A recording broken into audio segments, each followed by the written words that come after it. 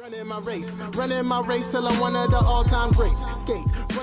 Welcome back, everyone, to another episode of ParaDeisos, where if you change your thoughts, you can change the world. That is right. That is right. My name is Dennis, for those of you who don't know, who are joining us for the first time. And yes, today is Thursday, and that means it is Trading Thursday. It's been a while, but it's all right.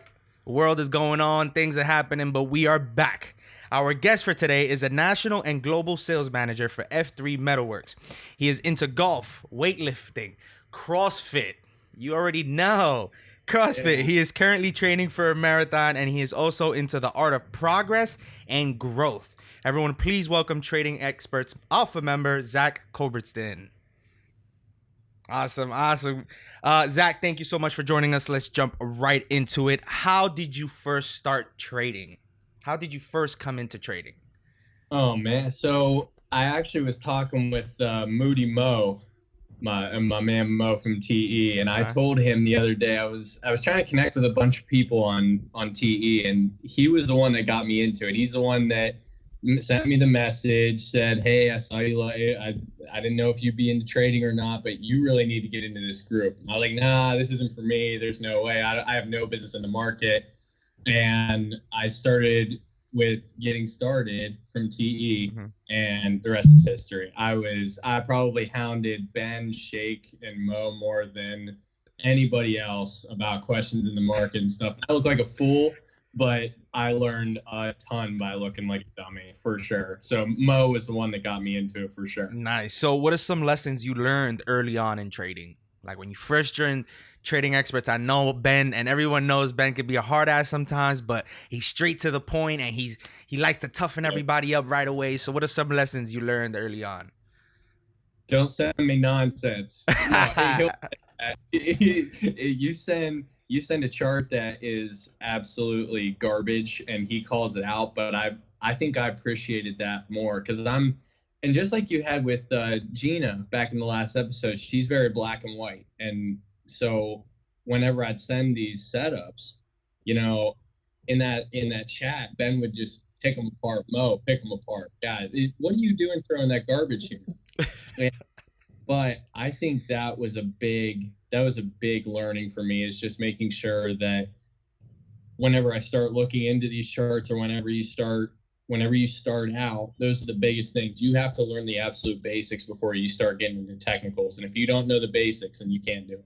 Like I'm constantly, even till right now, just even up until yesterday, I've had I'm still having people, hit me up on Instagram and on Facebook. Yo, Dennis, what are you trading? Yo, what's in right now? I'm like, bro, chill. You need to learn before you earn, bro. Pick up a book, go to Trading Experts right now. They got 3 free programs, and just read, bro. I don't want to give you numbers or charts or anything, because you're not going to know what to do. It's literally all emotion. So what are some misconceptions about the market that most people tend to have that you have personally seen not to be true? Ooh, just because it's popular, don't trade it. That's gonna hurt a lot of people's feelings right there. We ain't out here for that. It's like real life examples. So I was in Tesla last week when it was at the bottom of its support. Rode it up till like the 540, 550 range. And I was like, you know what? I'm not going to get burned on this. So I got stopped out a little early. And then you saw today, just went gangbusters again, up through 600. But it's funny because I was just telling my fiance this. I was like, you know what? It's better that I earned instead of got absolutely slapped in the face if that thing would have tanked. So you made a little bit and you learned the lesson.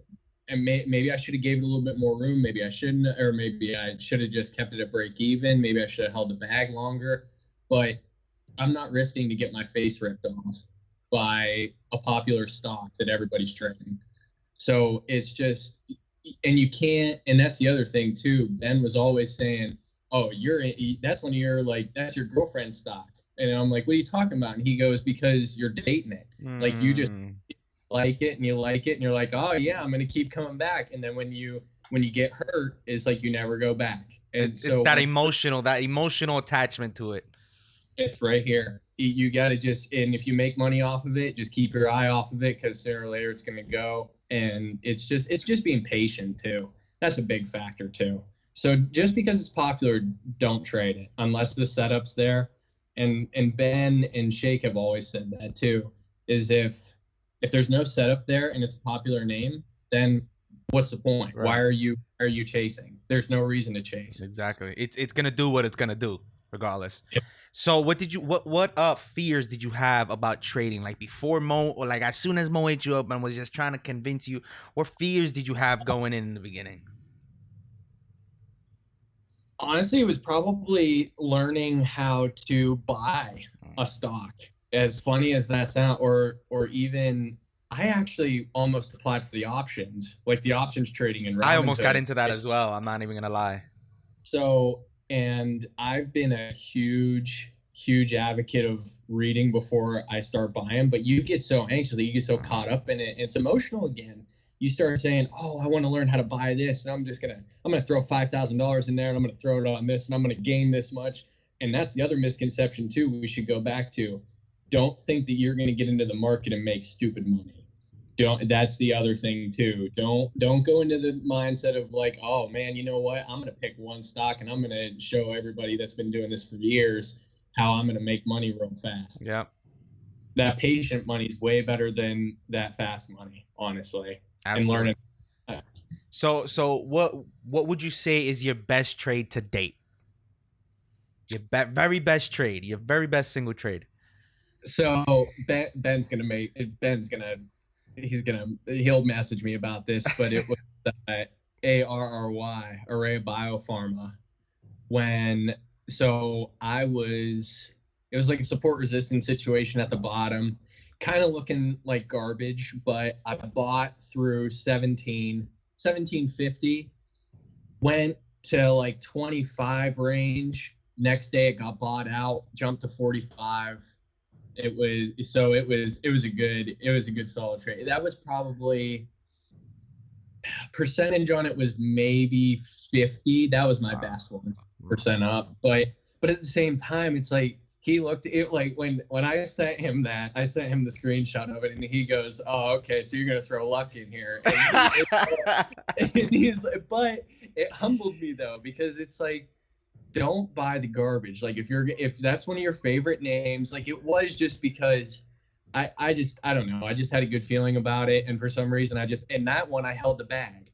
So when I held it long enough, and luckily it got bought up. Now, when it got bought up, it skyrocketed, but I mean, I could have got tore to shreds if it would have went the other way. It's like Gina with her Beyond Meat stock, where everyone was like, "Oh," but she had that gut feeling and she gained 200%. So what would you say? Go ahead. No, I'm sorry. No, it's good. So the other piece of it too was I had really been studying like medical stocks at that point. Like Aureo Biopharma was working on, I think it was some kind of cancer improvement drug, or some kind of like cancer cancer research drug, and it just got approved by the FDA. And all the stars were aligning basically, and then Pfizer bought it up. So when Pfizer bought it, and when they got wind of it, it just made sense. And then of course, and then I made bank from it. So it was good, but yeah, again, it was not well received by Ben, but I appreciate it. So what would you say is your worst till date? Your very worst trade? Something that knock you on your behind. Knock me on my ass. Actually, not this week. Last week I took like a 3% hit in. Oh, it was like it was a top right, and it was tight. I think it was MSKI. I think it was like trading around 43, 42, and I gave it the 15-minute rule and got handed to me.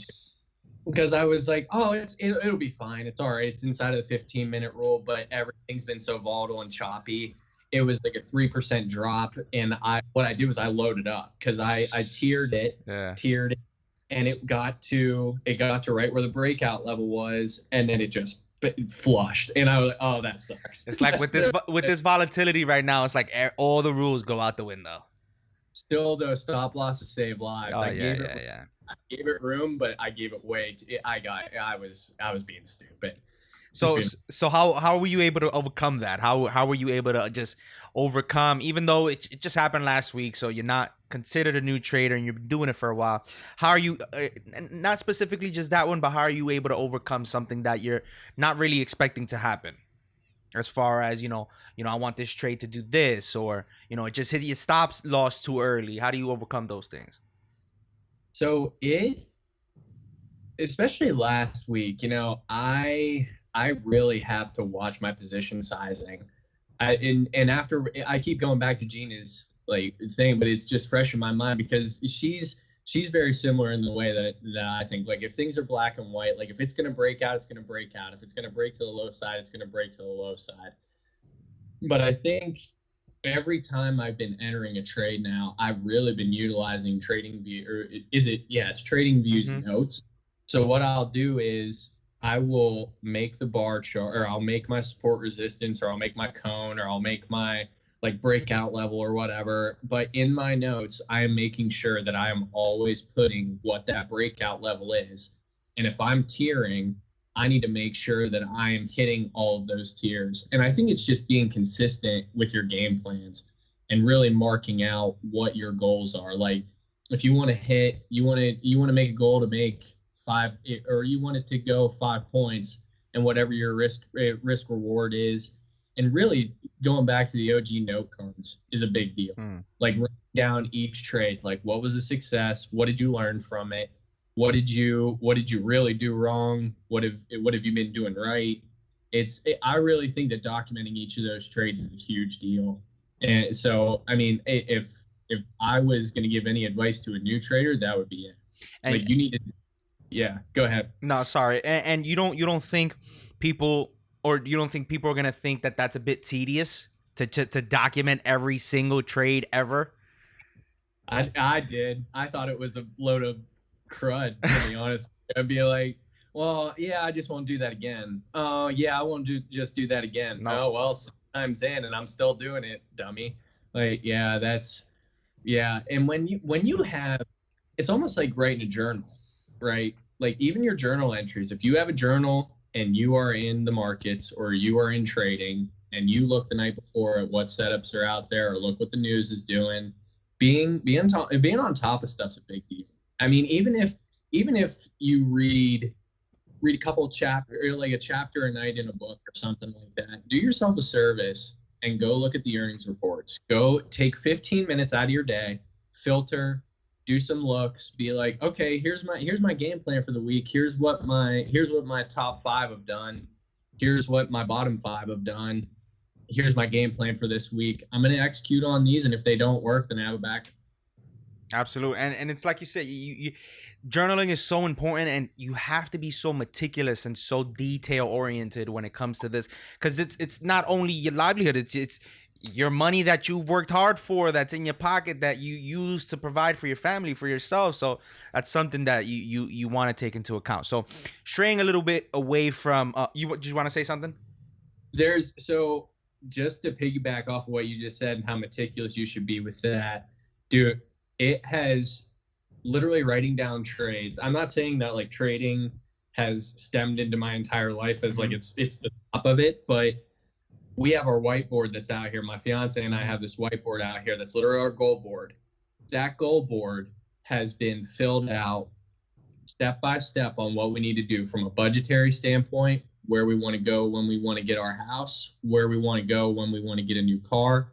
All of those things are laid out. But if we wouldn't have wrote those down, it's almost like your goal sheet, right?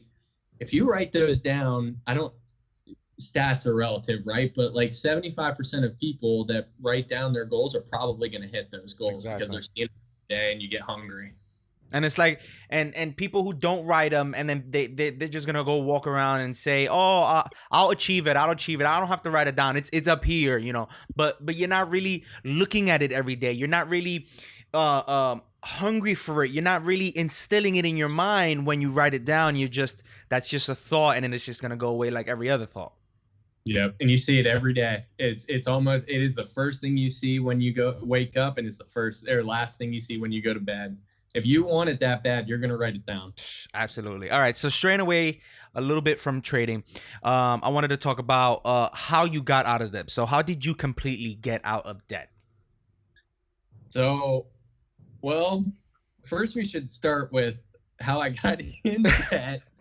Okay, let's start with that. So, basically how I got into debt was I bought a truck that I shouldn't have. It was so much fun. It was a Chevy Colorado. He said it's so much fun. Fun, and it was a sweet looking ride too. but there's a great point to this, because something that's really cool looking, and when you're trying to impress people that really don't matter, why do you need it? And I think that's the reason why I did it. But to go back to your point, so how I got into it was I had a Jeep that I wasn't upside down on it, but I was close. And went to the dealership, saw the truck. It came right off of the flatbed. Like, oh, look at this thing, Zach. Like, oh yeah, you should definitely go and get into it. Dummy. What a dummy. And anyway, so I drove in like a dummy and started looking at it. My buddy worked at the dealership. He's like, oh, I can cut you a deal, this and that and the other. And I fell for it. And so I thought I got a sweet deal on it, and I didn't. And so I drove the truck for 3 months. And then my fiance, Sharon, says to me, okay, so what do you think about selling the truck? And I was like, what do you mean? And she goes, we need to go to FPU. And I was like, what in the world is an FPU? And she got me on, Dave Ramsey, right? Yeah. So we went, and she's like, let's go through FPU, and then we'll see if we keep your truck or not. And I was like, okay, that's fine. I'll go to FPU. So Dave Ramsey's baby steps basically is, the first step is to have like an emergency fund of $1,000. Second step is to pay off all your debts, smallest to largest. What was mine? Mine was this dumb truck that I had. I think at the time it was 39,000, I think, on the truck or whatever. It was it was stupid, man. After looking back on it, I don't know what I was thinking. But anyway, so it was roughly about $39,000. Shallon had her car.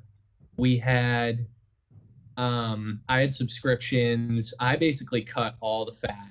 And what we did was it was probably about month 5. I went to Cochrane down in Pittsburgh, traded the truck in, got a Subaru Forester for I think 16 grand or something like that. But we figured that long term Subarus are going to last forever. Right, absolutely. So we went into the Subaru. I drove the Subaru for 3 months, and Dave always says, like, if you're trying to pay off debt, because we had, what did we have? We had my car, her car, like phone bill, stuff like that. We're at like the $20,000 mark or something like that. Shallon pays off her car, pays off her phone, starts just crazy paying off stuff, right? And she's like, well, you're the only thing that's left. You got to pay this car off. So, apart from my other job that I had, I started delivering pizzas. I started whipping doughs. I started delivering. I probably was working 50 hours at my 9 to 5. And then Friday night, Saturday, and Sunday, I was delivering and slinging pizzas.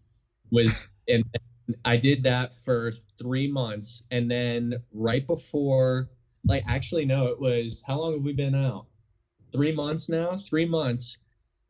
I got in a wreck, and I stopped at a stop sign, looked both ways.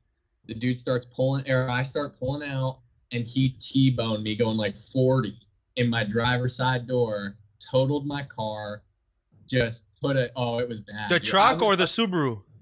The Subaru. Subaru. So we traded the truck in, and then they hit the Subaru while I was out there.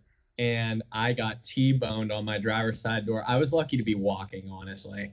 But the Subaru held up, and I saw it. Those moments where you look and you're like, there's zero things I can do. I put my arm up, I got crushed. But long story short, after that, I hounded the insurance company like, hey, this is 0% my fault. Like, go get me the money. We got the reimbursement check. We bought a hoopty, aka $1,000 car. Damn right. We've been debt free ever since. So it ended up that deserves a clap, brother. My goodness. So it's a lot of grind, but now we see a lot more of her paycheck. We started using Marcus. That's a plug to anybody that doesn't know about the Marcus, like the Marcus savings account. Okay. So we've just been throwing money in there to save for the house, to save for a car, do whatever. But we've been so disciplined at it that right now, cumulatively, we're in a great spot. Like it's been quite a few months where I've been finally like able to start funding my trading account, because during the baby steps, you're not supposed to put any money into your retirement, take all of your money and put it toward the debt except for your house. And then once you start doing that, then you can start to put 15% into your Roth, and then put whatever you want to do into your trading account. Right. So what I do is I basically take half of my paycheck, put it toward our house, and then I split the rest between my trading fund and then my Roth. And then we just budget every month for like food and the necessities, the walls, the food, the utilities, and whatever you need to put gas in your car. And it's been serving, man. It's been really good. Live like no one else, so you can give like no one else at the end of the day. It's heavy, dude. It's great. I've never felt so like in control and at peace. At peace. So how did it feel to be able to not only get out of all that debt, but also pay off $76,000 on your house? How does something like that feel? Dude, it's crazy. It's hard to describe, because that was almost $1/10,000 that we paid off. Close. I mean, it just is. You start thinking back to like where it all started, and all I've ever known is to get a fleet, like a lease for a car or buy a new car. And I love my parents, and they love having really good whips and really nice rides. But in the stage of life that I was at, I was burning myself by doing that. And I can, what is it? Short-term pain for long-term pleasure. We can have those cars later. Yeah. Like because we're doing this now, it's like we can do it later. It's fine. Like there's a saying. Sorry to interrupt, but there's a saying that do what you if you do what you don't want to do, you can do what you want to do. If you something like that. Like if you don't do what you don't have to do, you can't do what you want to do. But if you do what you don't want to do, you can do what you want to do. So, I mean, and you're a testament to that. That's amen, dude. It's actually been one of the big things that Shawn and I talk about daily is like, and that's the other thing too, your relationship with your fiance, girlfriend, or wife, dude, it's next level right now, because we're like this, because we don't have money fights. We are on the same page when it comes down to budgetary standpoints. Like, yeah, we treat ourselves every once in a while. Like treat yourself, like going out, kind of treat yourself, but not like nothing crazy. Like live within your means and don't do like anything lavish spending. Cause right now you don't want to spend like you're in Congress. Like you just want to make sure that you fulfill what you need to and take care of what you need to. So then that way later you can have those things. And some people don't know, but finance and being financially stable is crucial in any relationship. So as I mentioned earlier, I'm sorry, I skipped the question. What have your previous job looked like, and how did you get to where you are now? Oh man, this is the heck of a question, dude. So my first job out of high school was working at a Nike outlet store, and you better know where all my money went. It went right back to that store, because you reinvested right back in. There was no investing. My goodness. I bought probably, I think at one point I had 60 pairs of shoes. 65 at one point, and I even built a box for them. I mean, it was bad. Nice. And just all decked out Nike all the time. And the only money that I think I made went right to my gas tank to go to work. So I did that for a while.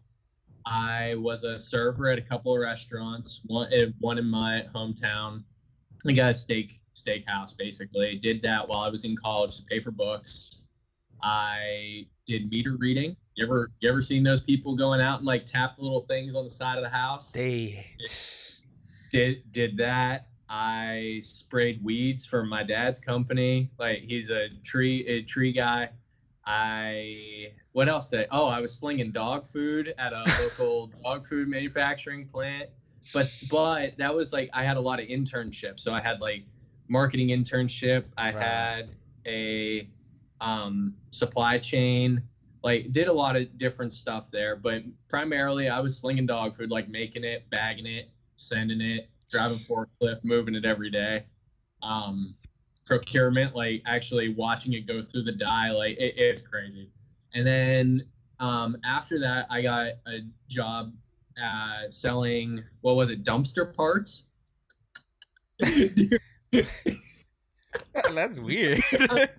I'm telling you, man, I did it for 6 months, and I was like, dumpster parts. That was my primary goal. It was a website where they sold garbage can parts. Wow. And then I transitioned back to the dog food company as an analyst, like a senior level analyst, and then went through some downsizing. So then I worked at back at the steakhouse. And went on unemployment. By the way, unemployment is by far, I will never do it again. If I can never do it again, I would never. Now, right now in the current situation, I get it. Like there's a lot of stuff that goes on, right. But I have so much more respect for people that like had to do it, have to go on to it. Like I sympathize big time because it's not fun. So then I did that, and then I went to Enterprise Rent a Car. Worked there for a little while, and then I got my property and casualty license, became an insurance agent, and then now I am global manager, global and national manager at a metal manufacturer. Wow, dude! I told you, man. I did, dude. I've done some great, from dumpsters to dog food to waiter, dude. I spraying weeds, climbing trees, dude. Done it all, man. It's crazy. That's intense. All right, so as I mentioned earlier, you were training for a marathon. Why exactly is a marathon something you would want to compete in? Because I never did it before.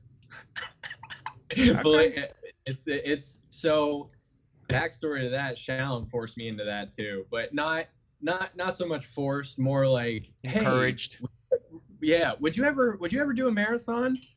I don't know. Would you? She's like, well, I bought the tickets. I was like, I guess we're doing a marathon. I guess we're gonna do a marathon, but we both had done a half, so it was, I guess, next level was just doing the full. Exactly. So what have you learned from it, from all this training? Because you need a specific mentality. Because one of my first members that I interviewed from Training Experts, he was a marathon runner, Andy Shu, and we spoke about just having that specific mentality that it's not something that you can just go in and you're gonna compete and you're gonna complete it. It's something that needs to go on in your mind, that needs to not only train physically but be able to train mentally as well. It's right in between the ears, man. So when you go out for a long runs, the longest I think I've done so far has been 18, 19. And it was, and my headphones died too. So it's just like, it was just a whirlwind. It was a whirlwind of terrible. But I think big thing is, I think it's really mentality. I really think it's getting in your own head and literally telling yourself like, yeah, you can do this. Like, it's not and once runner's high kicks in too, whether people think it's real or not, when you get to where you need to turn around, you got to go home. So you might as well just keep going.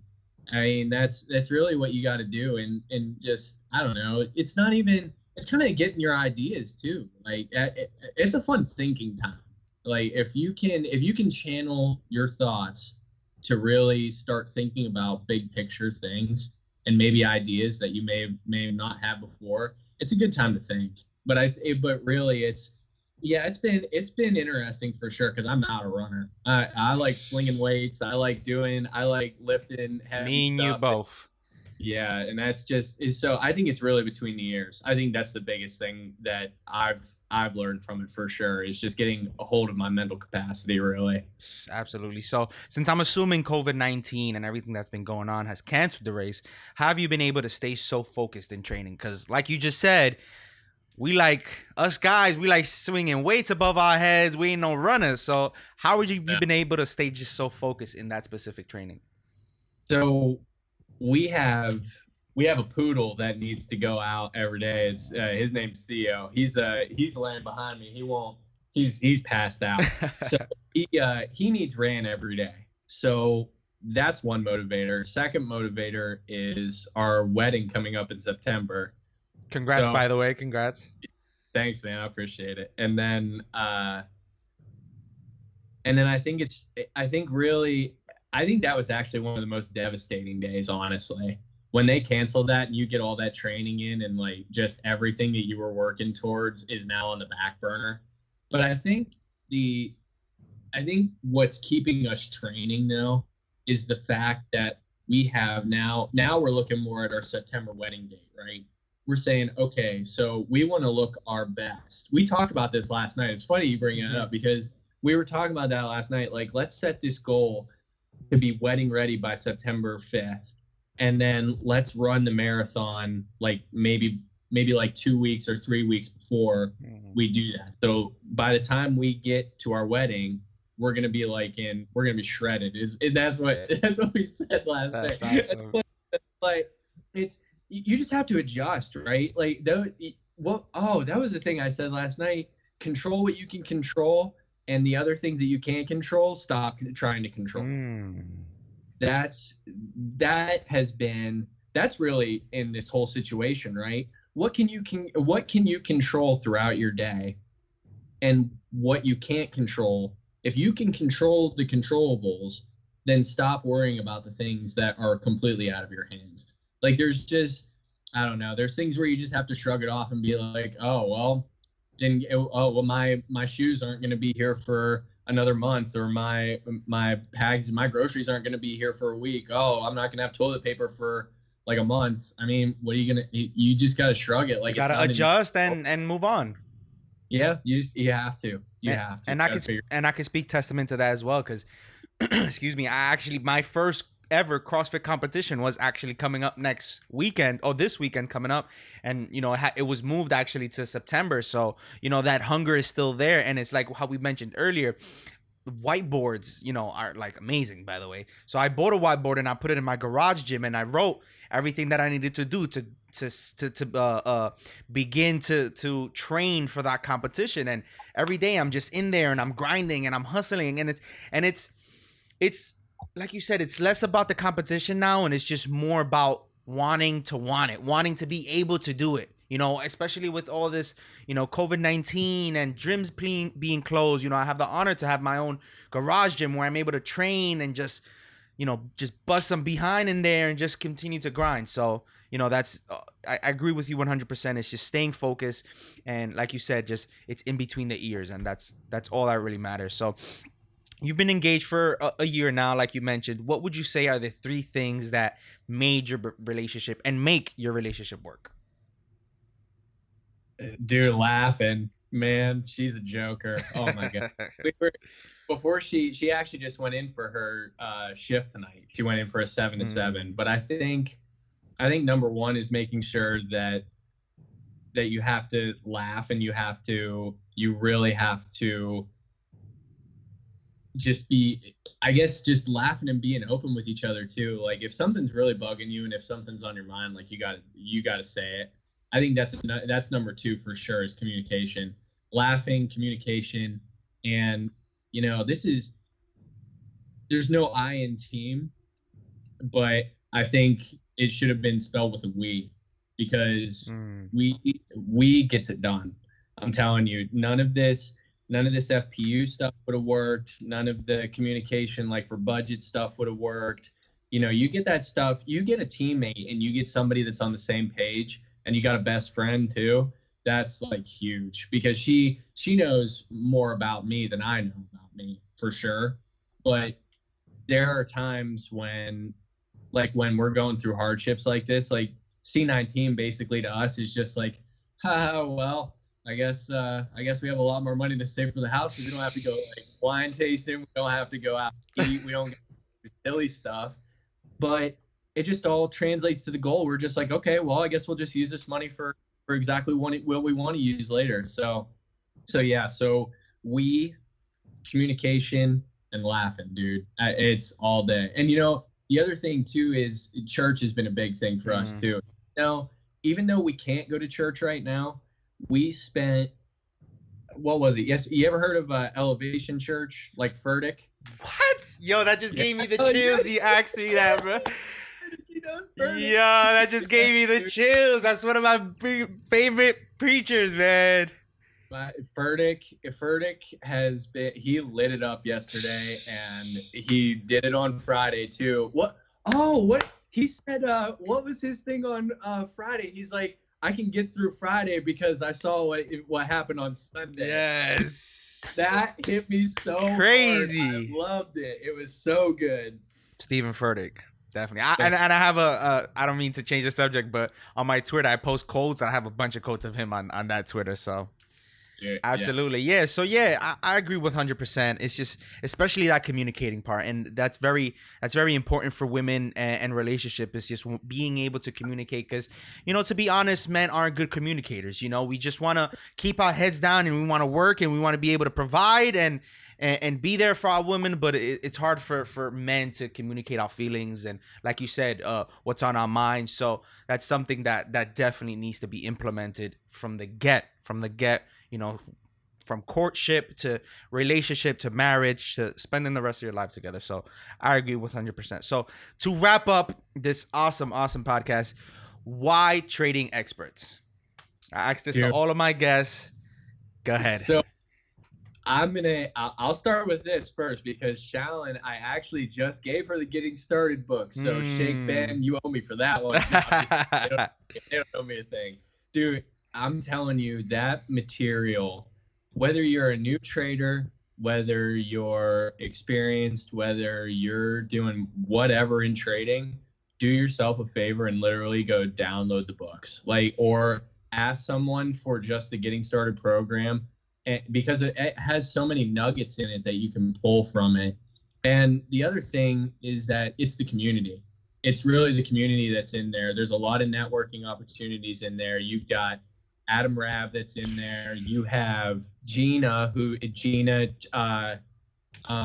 brother. I forget his name too.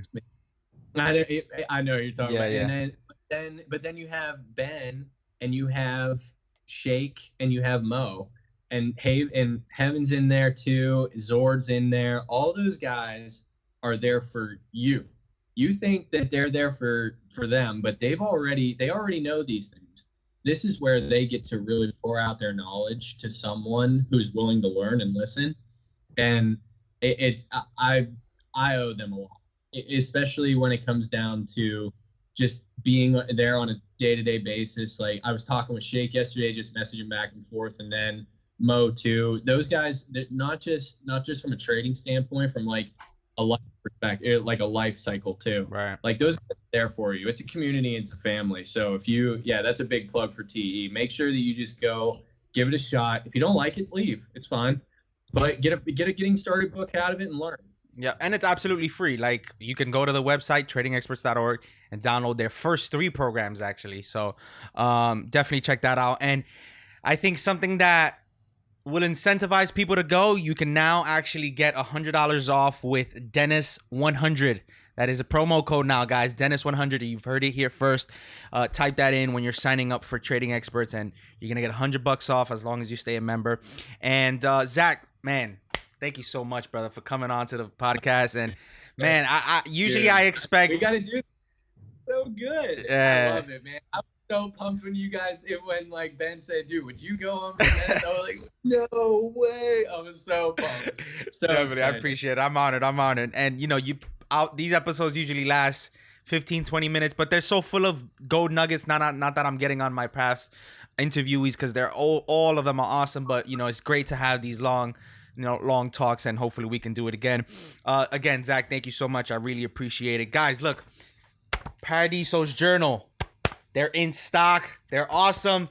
Great for journaling your trades. Why not? And what's also a cool feature as well is that they come with a reading list. Trading Experts is really big on reading. So it comes with a reading list. You can write down the books you want to read, check them off, the author, as you read them. So why not? Grab them now. They're on our ParaDeisos website. Again, I can't thank you enough, brother. I really appreciate it. Hopefully we can meet up one day and do another episode, hang out, definitely lift some weights, man. Heck yeah. Yeah, give me in that garage gym, dude. Ooh, don't tell me that. Don't tell me that. Dude, I appreciate you so much, and this is gonna turn into a friendship for sure, brother. I appreciate it a lot. Of course, brother. So guys, thank you again for joining us. Don't forget to check out our website, www.paradeisos.com. I'm sorry, .world. Instagram, ParaDeisos Podcast, and our Twitter, ParaDeisos101 for daily inspirational quotes. And again, until next time, my beautiful people, God bless you all. Peace.